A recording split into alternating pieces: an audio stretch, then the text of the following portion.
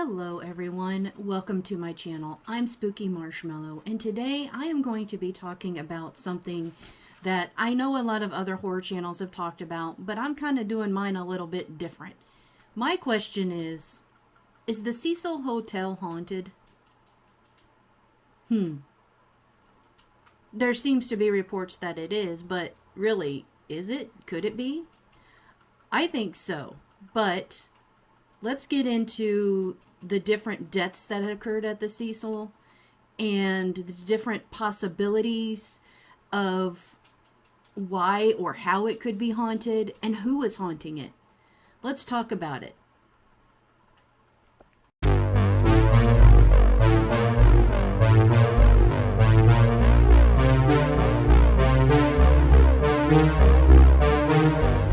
Alright, so let's talk about some of the deaths that have occurred at the Cecil.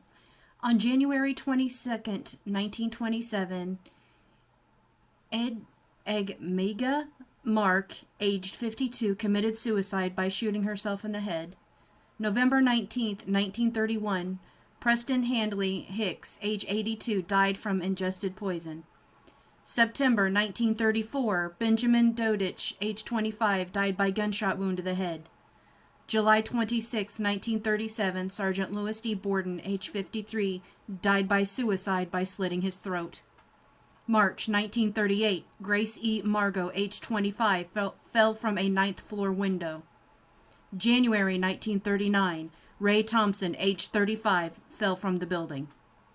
May 1939, Erwin C. Neblett, age 39, died from ingesting poison. January 1940, Dorothy Seeger, age 45, died from ingesting poison. September 1944, Dorothy Jean Purcell, age 19, killed her newborn son. Purcell was sharing a room at the Cecil with her boyfriend, shoe salesman Ben Levine, 38. Purcell, who had apparently been unaware that she was pregnant, went into labor. She later testified that she did not want to disrupt the sleeping Levine, so she went into the bathroom where she gave birth to a baby boy. Thinking the baby was dead, she threw him out the window, and he landed on the roof of an adjacent building. Purcell was charged with murder. 3 psychiatrists testified that she was mentally confused at the time of the incident. In January 1945, she was found not guilty by reason of insanity. November 1947, Robert Smith, age 35, died from suicide after jumping from the 7th floor of the building. October 1954, Helen Gummy, age 55, died from suicide after jumping from the 7th floor. February 1962, Julia Frances Moore, age 52, died from suicide after jumping from the 8th floor.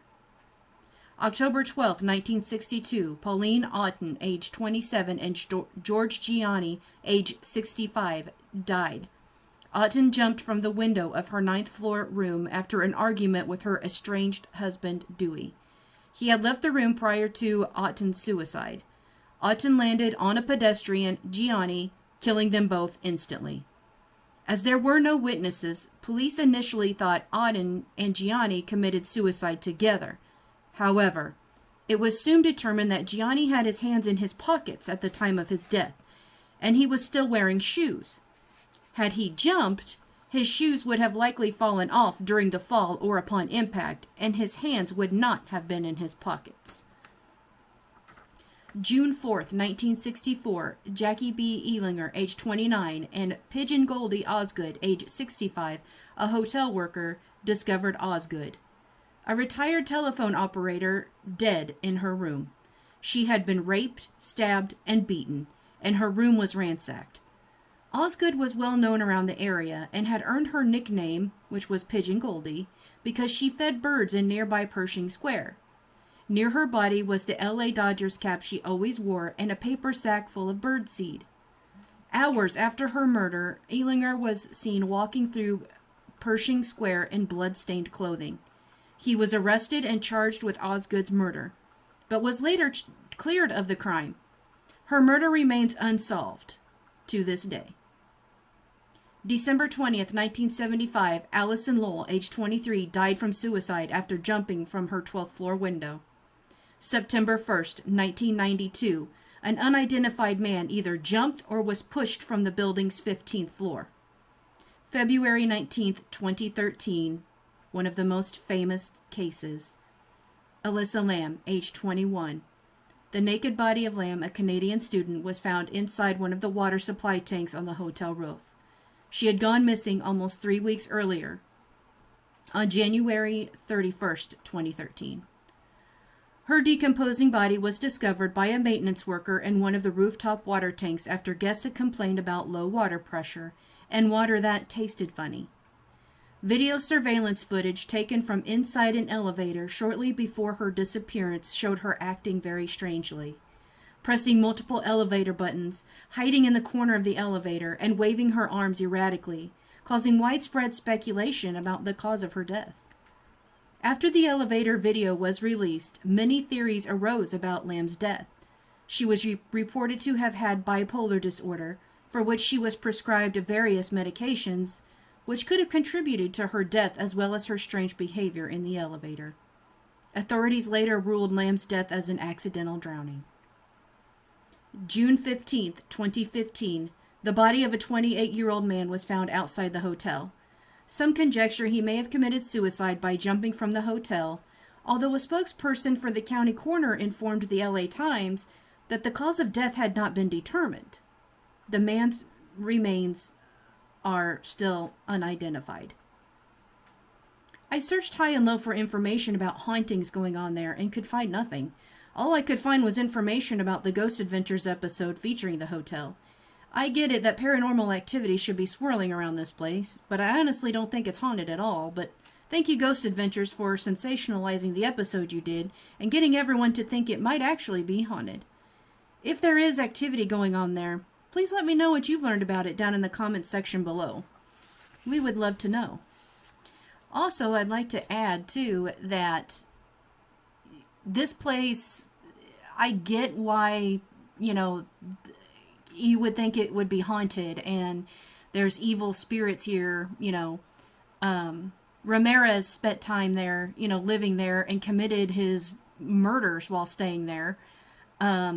So yeah, it has a lot of negative, dark energy, and it has a very negative, dark past, that's for sure, especially in the 1930s. Holy cow. So I get it why this place would seem to be haunted, but where's the proof? Where is there some evidence? Can you get an EVP at least or something? I couldn't find any information at all, and I dug pretty deep to try to figure out, some sort of evidence as to this place being haunted. Now, I know different shows have talked to eyewitnesses, people that have actually worked at the Cecil and had things happen to them and things like that. But it's not documented anywhere, which I find to be very interesting. So that still raises my question, is it haunted?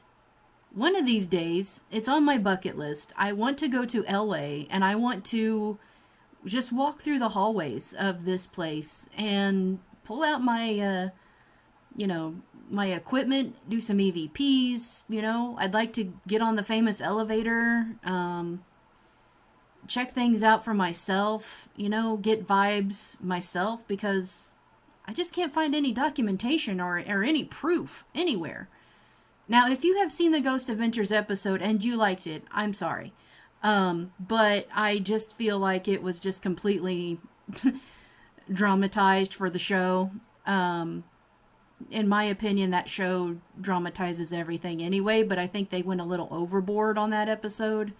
But anyway, let me know what you think down in the comments section below. Everyone would like to know, is there actual documented proof, and if so, where can I find that? Alright, that's going to do it for today's video on, is the Cecil Hotel really haunted? Thank you so much for watching. Oh, and I might add one more thing before I actually end this video. Just because there's been a lot of deaths or a lot of suicides, a lot of dark entities in an area, does not necessarily mean that they are still there. Okay, that's going to end it for this video. Thank you so much for watching. Please like and subscribe. And let me know down in the comments section below what your theory is. This is Spooky Marshmallow saying, stay spooky, my friends.